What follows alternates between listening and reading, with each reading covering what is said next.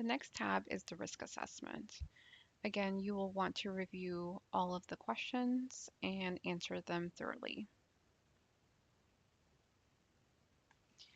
The next tab is the CSSRS Adult Screeners. This one only has 2 questions, and they are a yes or no answers for the past month. The next tab is Family Medical History. This includes family members of the client. You will indicate whether they're living, yes or no, and their current age, if deceased, cause of death, and any information on disease and condition. You can insert that without having to fill out the rest of the questions if they don't apply, and you can always come back and update those by selecting the radio button. You can also delete by selecting delete. You will then select the needs list. The needs list is pre-populated from any needs that you identified through the assessment. For example, in your mental status tab, we indicated a couple needs that we were going to add for this client. So those would be selected. Once you select save, these pre-populate into this needs tab. This will then pre-populate into your individualized service plan. The next tab is the summary level of care.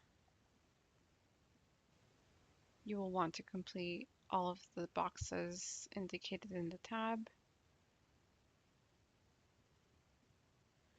For the estimated discharge date, this is just an estimate of the discharge. It's not a date that forces the client to be discharged in the system.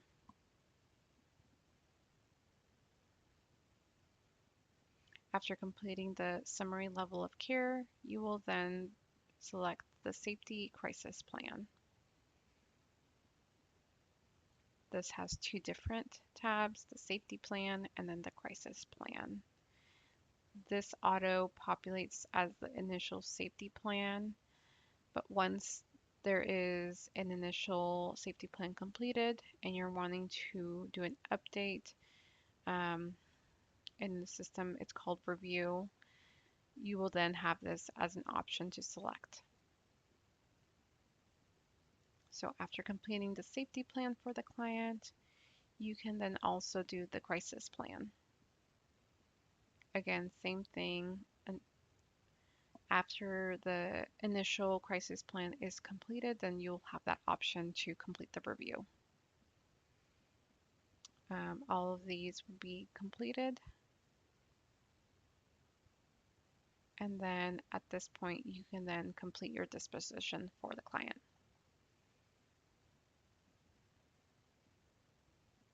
You would select your disposition,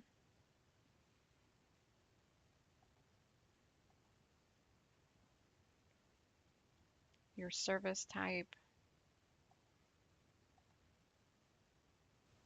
and then after completing the disposition tab, you will now have a completed assessment. You will want to go into each of the tabs to ensure you have completed all of the questions that are required. A way to ensure that you have completed the assessment completely, you can select the validation tab, and it will process and let you know which sections you are needing to complete. So it looks like we got a validation for a risk assessment question, so we can go into the risk assessment tab,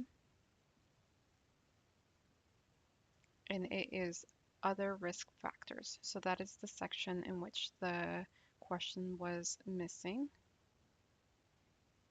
So if we go under other risk factors, we will need to just complete that section there. So it says describe risk factors is required, and that is this section here.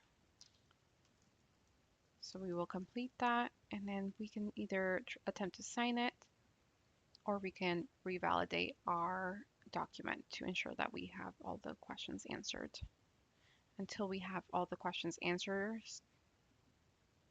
it will then allow us to sign the document. So now that our document is fully validated successfully, we are now able to then sign our document. By selecting sign, it will prompt us our signature page.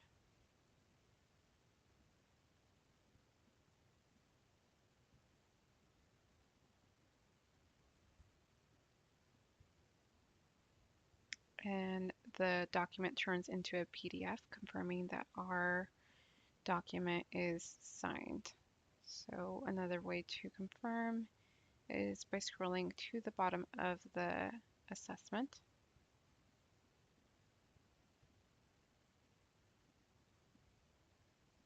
It will have the clinician's name, the credentials, and the signature date. This will then indicate that we signed the document. We now have a completed document. The status is also then now changed to signed. So therefore, our assessment is complete.